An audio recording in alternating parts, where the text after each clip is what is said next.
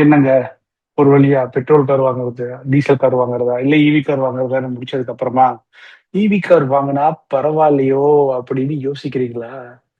அப்படி யோசிக்கும் போதுமே கூட, இந்த மாதிரியான பிரச்சனைகள் கேள்விப்படுறீங்களா? ஆங்ஸைட்டி. சார்ஜ் இல்லைன்னா என்ன பண்ணுவ? குடும்பத்தோட நடுத்தெருவுல நிக்க வேண்டியதான். ஈவி காருக்கு ரீசேல் வேல்யூ இல்லைங்க. ஈவி கார்ல எங்கேயாவது லாங் ட்ரிப் போகணும்னா, பிளான் பண்ணாம போகவே முடியாது. அப்பா ஈவி கார்ல வெடிச்சிடும் தெரியாதா? இப்படி எல்லாம் உங்ககிட்ட பல பேர் பல விதமா சொல்லியிருப்பாங்க. இது எல்லாத்தையும் தாண்டி ஈவி வச்சிருக்கிற யாராச்சும் ஒருத்தங்க உங்க மனசுல இருக்கிற கேள்விகளுக்கு பதில் சொன்னாங்க அப்படின்னா, அது எப்படிங்க இருக்கும்? அந்த மாதிரியான ஒரு முயற்சியை தான் இந்த வீடியோவில் எடுத்துக்கிறேன். நான் உங்கள் சிவா. வாங்க வீடியோக்குள்ள போலாம்.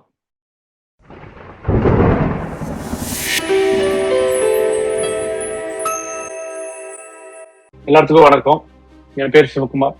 நான் இப்ப இருக்கிறது ஈரோட்ல இருக்கிறேன். என்கிட்ட வந்துட்டு இப்போதைக்கு ரெண்டு ஈவி மட்டும் தாங்க இருக்குது. ஐஸ் என்ஜின் கிடையாது. ஈவி வந்து நான் செகண்டரி வெஹிக்கிளால வச்சிருக்கல. ரெண்டு ஈவியுமே வந்துட்டு ஒன்று டாடா டியாகோ ஈவி, இன்னொன்று வந்து கியா கேரன்ஸ் கிளாவிஸ் ஈவி.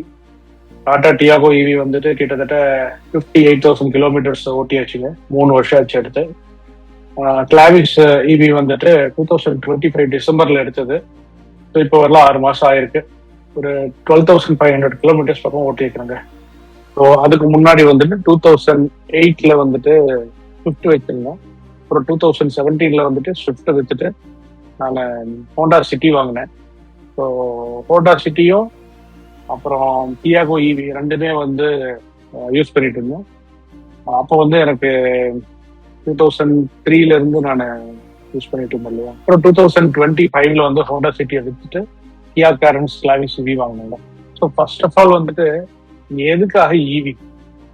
நல்லா தானே போயிட்டு இருந்தது. எதுக்காக ஈவி அப்படின்னு பார்த்தோன்னா, நான் பெட்ரோல் வெஹிக்கிள் வச்சிருந்த டைம்ல, அதாவது ஹோண்டா சிட்டி வச்சிருந்த டைம்ல ஆகட்டும், இல்லைன்னா ஸ்விஃப்ட் வச்சிருந்த டைம்ல ஆகட்டும், ஸ்விஃப்ட் வந்து நான் விற்கும் போது 10 வருஷம் கழிச்சு 9 வருஷம் கழிச்சு விற்கும் போது எனக்கு வந்து அரௌண்ட் 75,000 கிலோமீட்டர்ஸ் ஓடி இருந்தது.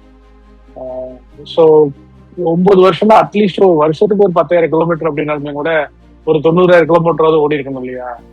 என்னோடது வந்துட்டு கம்மியா தான் ஓடி இருந்துச்சு. ஸோ அப்படின்னா என்னோட ஓட்டம் எவ்வளவு இருக்குது அப்படிங்கிறத பாத்துக்கணும். நான் வந்து ஓட்டம் ரொம்ப கம்மியா தான் இருந்துச்சு. அப்புறம் சிட்டி வாங்கினேன். சிட்டி வந்துட்டு கிட்டத்தட்ட 7 வருஷம் வச்சிருந்தேன் இல்லையா. 7 வருஷத்துல வந்துட்டு 46,000 கிலோமீட்டர் தான், மேக்சிமம் 47,000 கிலோமீட்டர் தான் ஓடி இருக்கு. அப்போ யோசிச்சு பாருங்க என்னோட ஓட்டம் எவ்வளவு ரொம்ப கம்மியா இருந்திருக்கு அப்படின்னு சொல்லிட்டு. இது இது இது எல்லாம் வந்து 7 வருஷத்துல இவ்வளோ, அது வந்துட்டு 9 வருஷத்துல 75,000 கிலோமீட்டர் 78,000 கிலோமீட்டர் சம்திங் அந்த மாதிரி ஓடி இருந்தது. இப்போ நான் வச்சிருக்கிற டிஆர்ஓ ஈவி 3 வருஷத்துல வந்துட்டு 56,000 கிலோமீட்டர் ஓடிச்சு. 3 வருஷத்துல 56,000 கிலோமீட்டர் ஓடிச்சு. அதுக்கப்புறமா கொஞ்சம் ஓடினதும் 58 ஓடி இருக்கு. ஐஸ் என்ஜின் இருந்த காலத்துல பாத்தீங்க அப்படின்னா ஆக்சுவலி எனக்கு வந்துட்டு ஓட்டம் ரொம்ப கம்மி தான். ஆனா ஈவி எடுத்ததுக்கு அப்புறம் ஓட்டம் ஜாஸ்தி ஆயிடுச்சுங்க. ஏன்னு கேட்டேன்னா, நான் அதுல செலவு பண்ற பெட்ரோலுக்கு செலவு பண்றது வந்துட்டு ஈவில வந்து எனக்கு ரொம்ப ரொம்ப ரொம்ப ரொம்ப கம்மியா இருக்குங்க. இன்ஃபேக்ட் நான் 2 வீலரை வந்துட்டு நான் எடுத்துட்டு ஒரு இடத்துக்கு போறதை விட நான் ஈவி கார்ல போனேன் அப்படின்னா எனக்கு இன்னமும் கூட பணம் மிச்சம் ஆகுது. ஐ மீன் பெட்ரோல் காஸ்ட்ல எனக்கு நிறையவே சேவிங்ஸ் எடுக்க முடியுது என்னால. அது சரி, நீ வந்துட்டு ஈவிய நீ பெட்ரோல்ல வாங்கியிருந்த அப்படின்னா கம்மியான ரேட்ல வேணா வாங்கியிருப்பேன்னு நீங்க சொல்றீங்க, எனக்கு கேக்குது. ஆனா அது வந்துட்டு ஈவியோட அட்வான்டேஜஸ் என்ன அப்படின்னா, அதோட ஸ்மூத்னஸ் ஆன ரைடும், அதே மாதிரி கம்ஃபர்டபுளான ஒரு ரைடு வந்துட்டு ஐஸ் என்ஜின்ல கிடைக்காது. இங்க டியாகோ ஈவி வந்துட்டு ஓட்டி பாருங்க, அதே மாதிரி டியாகோ பெட்ரோல் ஓட்டி பாருங்க. நீங்க ரெண்டையும் ஓட்டி பாருங்க. ஒரு சும்மா ஜஸ்ட் கிட்ட ஓட்டி பார்க்கக்கூடாது. நீங்க ஓட்டி பார்க்கணும், ஒரு 100 கிலோமீட்டர்ஸ் போயிட்டு வாங்க, ஒன் ஸ்ட்ரெச்ல போயிட்டு வாங்க. உங்களுக்கு எது வந்து டயர்டு கம்மியா இருக்குன்னு பாருங்க, எது கம்ஃபர்டபிலிட்டி நல்லா ஜாஸ்தியா இருக்குன்னு பாருங்க.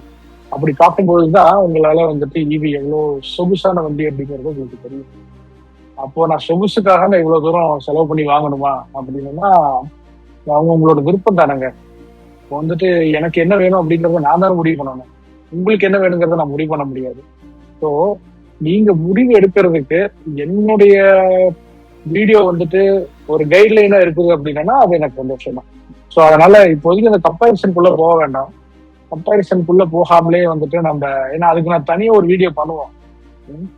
இப்போ வந்துட்டு நான் ஜஸ்ட் நான் வந்துட்டு முதல்ல பேசுறதுக்கு ஒரு தகுதியான ஆள் தானே அப்படிங்கிறதுக்காக தான் இந்த வீடியோவே நான் போடுறேன். இதெல்லாம் நான் இவ்வளவு தூரம் ஓட்டி இருக்கிறேன். இப்ப என்கிட்ட 2மே ஈவி மட்டும்தான் இருக்குதுன்னு சொல்லிட்டேன். ஈவியை பத்தி பேசுறதுக்கு நான் தகுதியான ஆளுன்னு நீங்க நினைச்சீங்கன்னா தாராளமா நம்ம வீடியோ வந்து சப்ஸ்கிரைப் பண்ணிக்கோங்க, லைக் பண்ணுங்க, ஷேர் பண்ணுங்க. யார் யாருக்கெல்லாம் வந்து யூஸ்ஃபுல்லா இருக்கும்னு நினைக்கிறீங்களோ அவங்க கிட்ட ஷேர் பண்ணிக்கோங்க.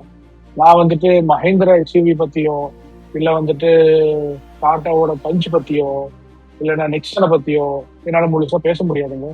ஏன்னா அதுலலாம் நான் எக்ஸ்பீரியன்ஸ் பண்ணியிருக்கிறேன். ஆனா நான் வந்து அது யூஸரா இருந்ததில்லை. எப்பவுமே ஒரு ஓன் யூஸரா இருக்கும்போது, ஒரு காரை வச்சுக்கிற ஒரு ஓனரா இருக்கும்போது தான் வந்துட்டு அதுல இருக்கிற உண்மையான கஷ்ட நஷ்டங்களை வந்து தெரிஞ்சுக்க முடியும்.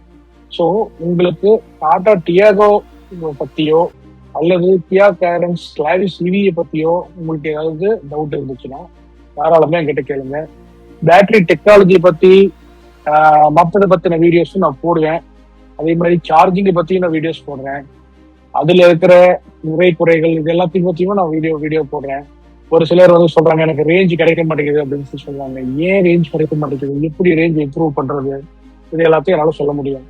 ஏன்னா எனக்கு டியாகோல வந்துட்டு 180 இருந்து 200 வரை எனக்கு ரேஞ்ச் கிடைக்குது.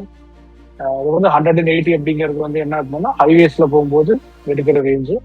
அதே மாதிரி 200 அப்படிங்கிறது என்ன அப்படின்னா நம்ம வந்துட்டு ஈரோடு சிட்டிக்குள்ள நம்ம ஓட்டும் போது எடுக்கிற ரேஞ்சு. அப்போனா எல்லா டைமும் வந்து 180 கிடைச்சிருமா அப்படின்னா இது வந்து ஹையஸ்ட் ரேஞ்சு நான் சொல்றேன். எனக்கு வந்து 150ல இருந்து 180 வரை கிடைச்சிருக்கு ஹைவேஸ்ல. அதே மாதிரி இங்க நம்ம லோக்கல்ல ஓட்டும் போது எனக்கு வந்து 180ல இருந்து 200 வரை கிடைச்சிருக்குது. யூஸ்வலா வந்து கார் அப்படின்னா லாங்ல போகும்போது தான் உங்களுக்கு நல்ல மைலேஜ் கிடைக்கும். ஆனா டிவியை பொறுத்தவரைக்கும் உங்களுக்கு சிட்டிக்குள்ள ஓட்டும் போது தான் வந்து நல்ல ரேஞ்ச் கிடைக்கும். அப்போ லாங்கு போறதுக்கு அது யூஸ் ஆகாதா அப்படின்னு கேட்டீங்கன்னா கண்டிப்பா போகலாம். அது வந்து ஹைப்பர் மைலிங் பண்ண முடியும். அது எப்படி பண்றது அப்படிங்கிறத நான் சொல்றேன். அதே மாதிரி கியால வந்துட்டு எதுக்கு நான் கியாவுக்கு போனேன், நான் வந்து எப்படி ஈவிக்குள்ள வந்து மாட்டினேன், இது எல்லாத்தையுமே வந்துட்டு ஒரு போர்வையா அடுத்தடுத்த வீடியோக்கள்ல நான் உங்ககிட்ட சொல்றேன். இப்போதைக்கு உங்களிடம் இருந்து விடை பெறுகிறேன். நன்றி, வணக்கம்.